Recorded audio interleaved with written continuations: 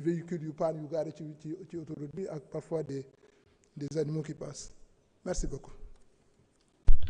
Merci honorable. Yoba Baldé, vous avez la parole. Ndeye Fatou Mané se prépare.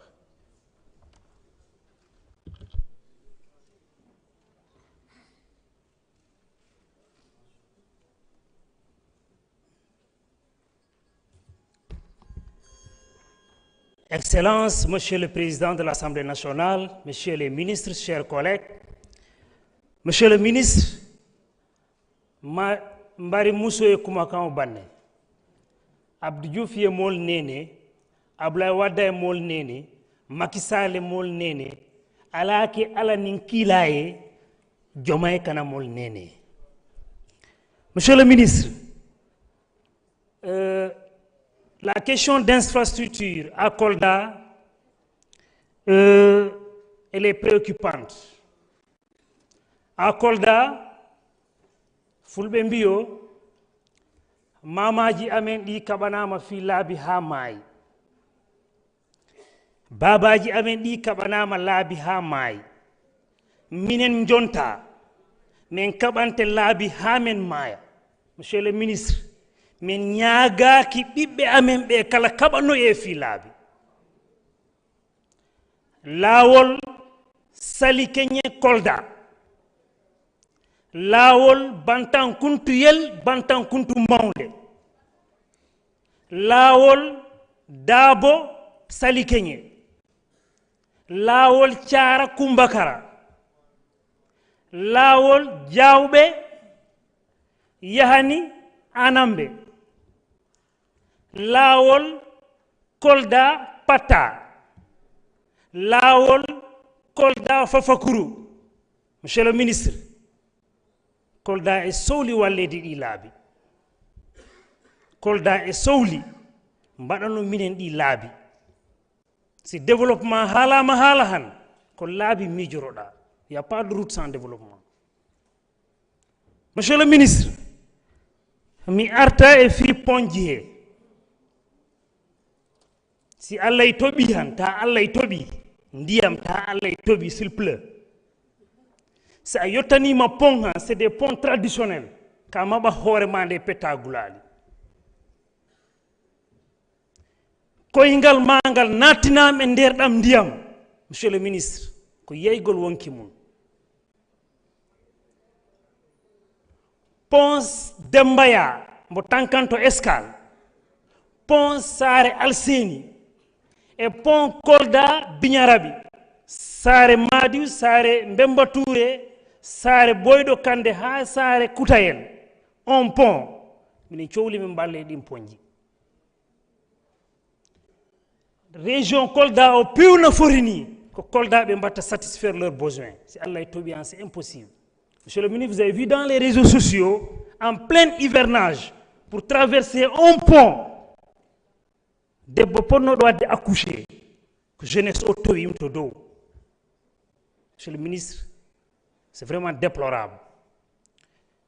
Monsieur le ministre, je viens d'entendre une chose ici. On me dit que... Merci. Merci beaucoup. Ndeye Fatou Mané, vous avez la parole. Bakary Diédhiou se prépare.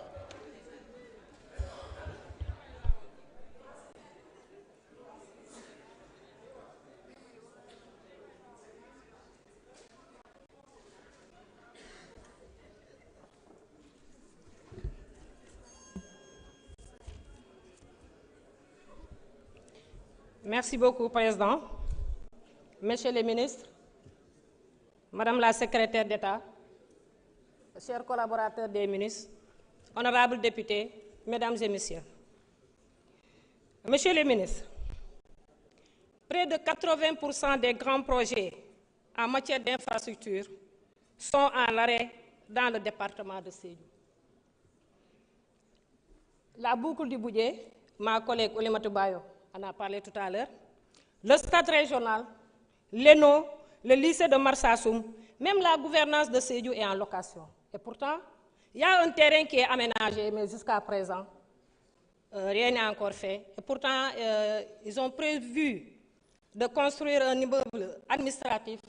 Et, monsieur le ministre, jusqu'à présent, nous sommes à l'écoute. Monsieur le ministre,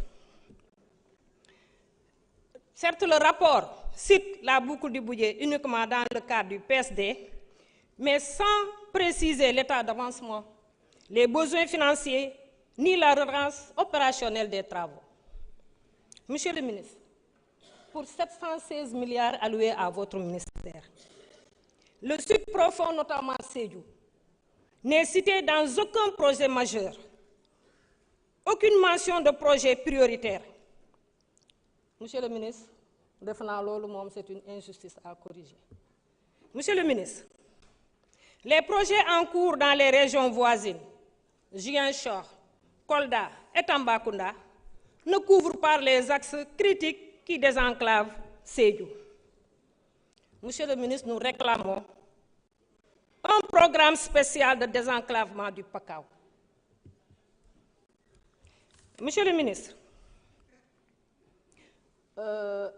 pour prendre en charge Tilima Diap, renforcer les programmes comme PUDC, PUMA et Ageroute pour nous aider vraiment au fond des communes rurales. Monsieur le ministre, une révision est nécessaire, monsieur le ministre, pour prendre en charge donc une révision est nécessaire pour intégrer la boucle du budget et les infrastructures essentielles de Sédhiou afin de garantir une équité réelle. Monsieur le ministre, je vais voter le budget, mais la région de Sédhiou dit ce monsieur le ministre, les zones comme le budget, jusqu'à présent, les femmes pour donner la dans les communes qui derrière Kéré pour manque d'infrastructures. Je vous remercie. Di len ñaanal doléance yi bari na mais yal na len Yalla may kattan ba ngeen mëna matal lepp ci sen sago. Je vous remercie. Merci beaucoup. Honorable Bakary Diédhiou, vous avez la parole. Honorable Koumba Ndiaye se prépare. Messieurs les ministres, chers collègues honorables députés, mesdames et messieurs les travailleurs des médias, c'est le ministre des Infrastructures, vous êtes à la tête d'un département stratégique, un département central dans la transformation économique du Sénégal. Ingénieur de votre État, vos compétences vous ont prédisposé à cette fonction. Nous voulons seulement vous souhaiter plein qualitativement, en tout cas, Harkanam, commune Oussouye. Je voudrais par cette occasion donc féliciter Serigne Ndiaye, le DG. Bi ñu jógee Oussouye demoon nañu visiter les chantiers de l'université Assane Seck de Ziguinchor. Ñu gisoon ni pratiquement tous les chantiers sont aux arrêts. Une situation déplorable. Moo am aussi ay chantiers yoo xamante ne bu ñu leen réceptionné ak bu ñu yàqoo encore presque c'est la même chose. Vous connaissez vraiment ce que je dis. Bi ñu paree Ziguinchor ñu ngi demoon dans le département de Bignona fi nga waroon a pose de première pierre ci dëkk bu ñuy wax Jakoy Banga. Ñu ngi jógee woon Ziguinchor les environs de 15 heures dem 16 heures. Et dans la zone où nous étions yu ci gën a bëri la plupart du temps autorité bu fa musaana dem dafay jógee balaa 17 heures yow yaa ngi dugg Jakoy Banga aux environs de 18 heures. Moi, j'ai un propos que vous m'avez dit que la carte n'est pas le terrain. Et j'ai compris que l'ingénieur, parce que d'où cette zone-là à cette heure-là, ce n'était pas évident. Et on est passé par la route, le tronçon, Bignona-Sindian, continuer